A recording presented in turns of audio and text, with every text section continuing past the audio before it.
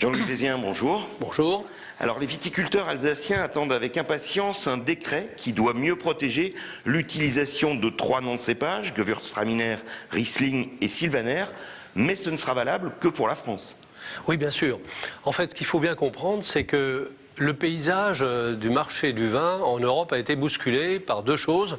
D'une part, la réforme européenne de la classification des vins. Désormais, on a les appellations d'origine protégées, donc pour nous, c'est toujours la même chose. Les indications géographiques protégées qui correspondent en fait aux vins de pays. Et les vins sans indication géographique, qui sont les ex-vins de table et qui, eux, désormais, peuvent utiliser beaucoup d'atouts, le cépage, le millésime, et qui s'appelle vin de France. Donc tout ça fait que le marché est un peu plus confus.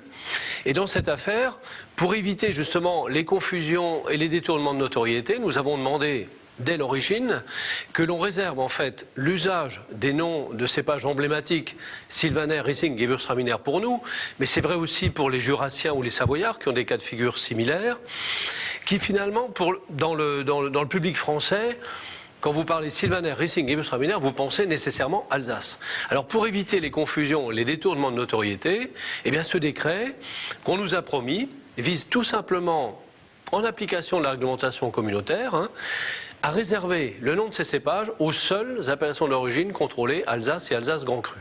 Alors, Auxerrois, Pinot Blanc ne sont pas dans la liste. Les viticulteurs alsaciens ne risquent pas d'abandonner ces cépages pour produire plutôt ceux qui seront protégés? Le problème est différent puisque ces cépages-là, de toute façon, ne nous étaient pas spécifiques, qu'il s'agisse des muscats, des pinots, on en trouve partout en France. Donc en fait, la problématique n'était pas du tout la même parce que lorsqu'un consommateur tombe sur un pinot blanc ou un pinot noir, il n'a pas forcément le réflexe de se dire c'est un vin d'Alsace. Alors que quand il tombe sur un Sylvaner ou un Gewürztraminer, il pense vin d'Alsace.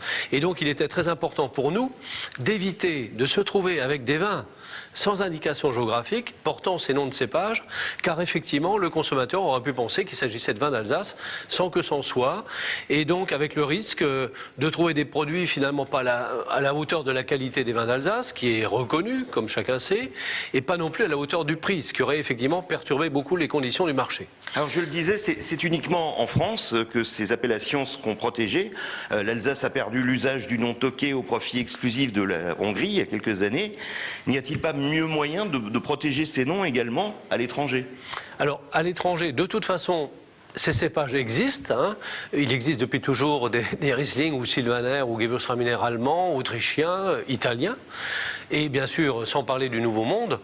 Donc pour nous, le problème n'est pas aussi important. Dès lors que les vins sont identifiés par leur origine géographique, il n'y a pas de problème. De même que demain, on pourra trouver certainement des Riesling ou Gewürztraminer de vins de pays d'oc du sud de la France, mais ils seront bien identifiés comme originaires du sud de la France.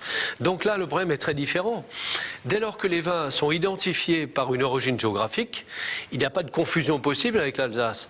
Le seul problème pour nous, enfin le problème le plus important, c'était justement d'éviter que cette confusion porte sur des vins sans indication géographique, qui ne diraient pas leur nom en quelque sorte, et qui laisseraient à penser qu'il puisse s'agir de vins d'Alsace.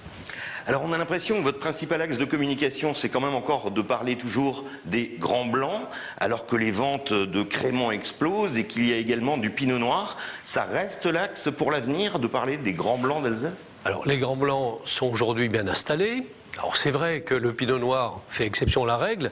Le pinot noir est en plein développement, mais il représente grosso modo 10%. Le crément d'Alsace, c'est un vin effervescent, mais c'est aussi un grand blanc, ne l'oublions pas. Donc finalement, cette communication sur les grands blancs conserve toute sa pertinence. Par contre, ce qui est important dans le contexte actuel, avec effectivement ces réformes au niveau du marché, c'est bien sûr de veiller à ce que l'Alsace émerge davantage. Et toute notre réflexion aujourd'hui porte sur la manière de mieux faire émerger le terme Alsace. Donc ça veut dire qu'effectivement, dans notre communication institutionnelle au niveau de l'interprofession, il faudra renforcer vraiment, bétonner davantage sur le mot Alsace lui-même. D'ailleurs, en cela, nous sommes tout à fait en phase avec les réflexions engagées par la région sur la marque Alsace. C'est effectivement faire en sorte que l'Alsace émerge toujours plus sur un marché devenu effectivement aujourd'hui plus compliqué. Jean-Louis Vézien, merci.